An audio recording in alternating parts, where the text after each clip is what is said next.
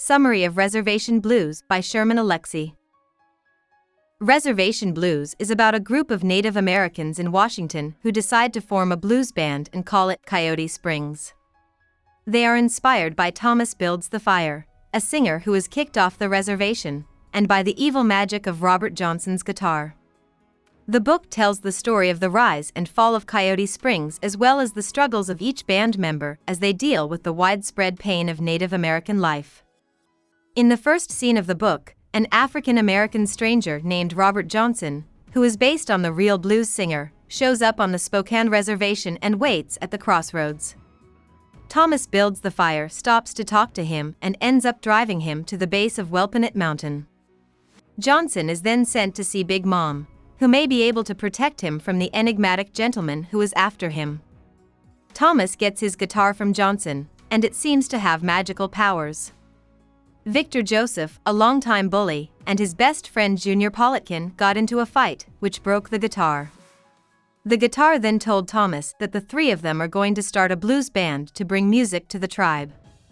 Junior plays drums in the new band, Thomas sings lead, plays bass, and writes songs, and Victor plays the mysterious guitar.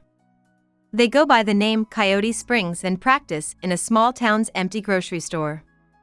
Members of the tribe gather to watch them practice covers of popular songs. People from Native American groups hear about them and want them to play their first paid show at a bar on the Flathead community in Arlee, Montana.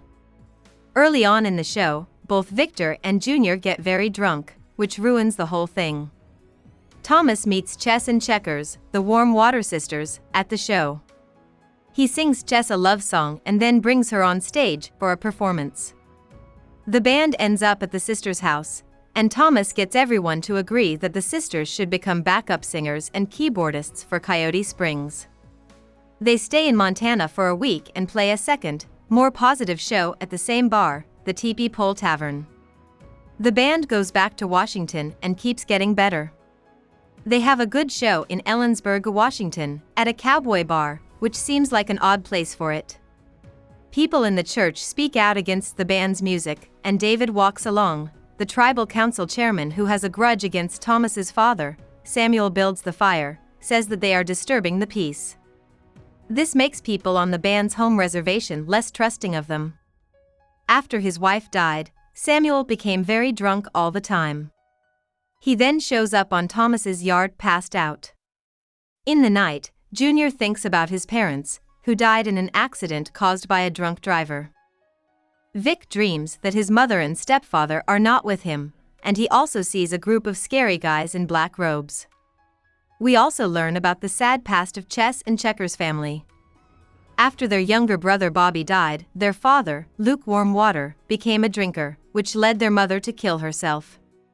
Scenes from Samuel Builds' Life Fire, who is now asleep on the kitchen table, talk about a dramatic, pride-fueled pickup basketball game that Samuel and Lester Falls had years ago. Against the 8 tribal police officers, led by David Walks Along. In spite of all the chances, Samuel and Lester almost won, but in a nasty, dirty game, the win was taken away at the last minute. The next morning, Checkers attacks Victor violently because he said something rude about Thomas's father, Samuel. He was on edge from staying up all night and was fed up with Victor's lack of sensitivity. In the end, Thomas steps in and starts fighting with Victor. Thomas agrees with Chess that Junior and Victor should be kicked out of the band after the fight. Right now, a package comes with an offer to play in Seattle for $1,000, which is a huge payday for the band that is having a hard time. Checkers doesn't want to go, but Chess, Thomas, Victor, and Junior start the long drive in sad quiet. When they get there, they find out that they were actually asked to a Battle of the Bands, a competition with a $1,000 prize for the winner. Since they have no other choice, they decide to sleep in the van before the race. Checkers meets Father Arnold, a white priest, at the Catholic church on the reserve. Checkers tells him that as a kid, she really wanted to be as clean as all the little white girls. She falls deeply in love with the priest right away. Out of the blue, Coyote Springs wins the fight of the bands. There was backup singing by 2 white women named Betty and Veronica. They have been fans of the band since the beginning and are sexually involved with Victor and Junior. All of them go back to the territory, but their luck and the prize money run out there. Thomas makes a deal with Chess and goes to church, but the experience doesn't change his mind. Michael Whitehawk, David Walksalong's nephew, comes up to Victor and Joseph while they are drunk and angry. He beats them up really badly until a drifter in the area, the man who was probably Lakota, hits him over the head with a 2x4. As the money runs out and no new gigs or record deals come in, the two band members slowly get better. After their trip, Betty and Veronica go back to Seattle to the shop they own together. One day, a Cadillac with Phil Sheridan and George Wright, two powerful execs from Cavalry Records, inside pulls up to the reservation. They tell Coyote Springs that they might get a record deal and invite them to fly to New York a week later to make a test. The band is under a lot of pressure to do their best now that they have this surprising chance. They make the long journey to Big Mom's house on Welpanet Mountain and stay there for a week while she shows them how to play the chords of pain and suffering that are unique to Indians, even though Victor is always being a pain. They have now made their own music for the whole band. Coyote Springs takes the plane to New York, even though none of the members have ever flown before. They are as ready as they can be. Victor's guitar suddenly breaks when they get to the recording studio and start to play for Mr. Armstrong, the CEO. It starts to burn him and slip out of his hands. Armstrong leaves, and Victor gets very angry and has a temper fit in the studio, breaking some things. Junior and he go out to get drunk, while Chess, Checkers, and Thomas go back to the hotel. Thomas and Chess decide to try to find Victor and Junior, but it turns out to be very hard.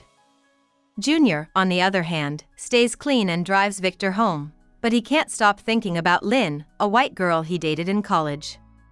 She got pregnant, but she didn't want to marry an Indian, so she had an abortion. Phil Sheridan attacks Checkers in a nightmare while he is alone in the hotel, and he tells him that he is really a U.S. Army general from the Indian Wars. Leaving their instruments behind, the band flies back to the reservation, where many people in the group want to kick them out. When Checkers talks to Father Arnold about their connection, he tells her that he is leaving the reservation and the church, but not to be with her. Junior steals a gun, climbs to the top of the water tower, and kills himself because of sadness and memories of Lynn. Chess and Thomas decide to get married and have kids at his funeral. They also decide to leave the tribe and move to Spokane. Checkers is going to go with them, leaving Victor behind. Victor had a dream about the guitar the night before Junior killed himself. The guitar told Victor that it could make him famous if Victor gave up the thing or person he loved most in the world.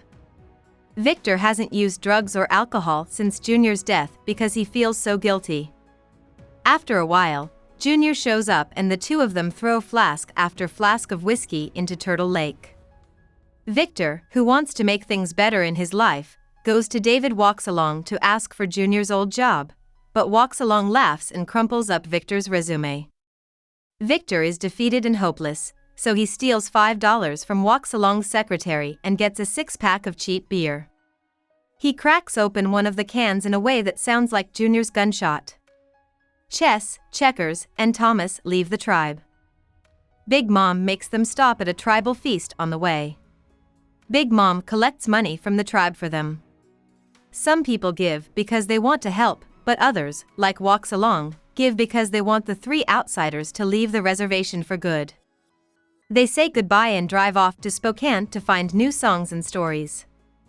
As soon as they leave the property, a group of dark horses runs alongside their van in the dark. About the author. Alexie was born in Spokane, Washington. He grew up in the town of Welpanet on the Spokane Indian Reservation in eastern Washington. He had seizures as a child because he was born with hydrocephalic. This made him spend most of his time reading. He chose to go to high school in the nearby town of Reardon when he was in the 8th grade and played basketball there. Some of the events in his book The Absolutely True Diary of a Part-Time Indian are fictionalized. Alexie tried studying to be a doctor and a lawyer at Gonzaga University. In 1987, he moved to Washington State University to study literature and write. In 1992, his first collection of short stories and poems came out. Since then, he has written more than 15 books and won many awards. He lives with his wife and 2 kids in Seattle, Washington. Hope we summarized it fully and you liked it. Please hit the like button and subscribe to our channel so that we are motivated to create more videos.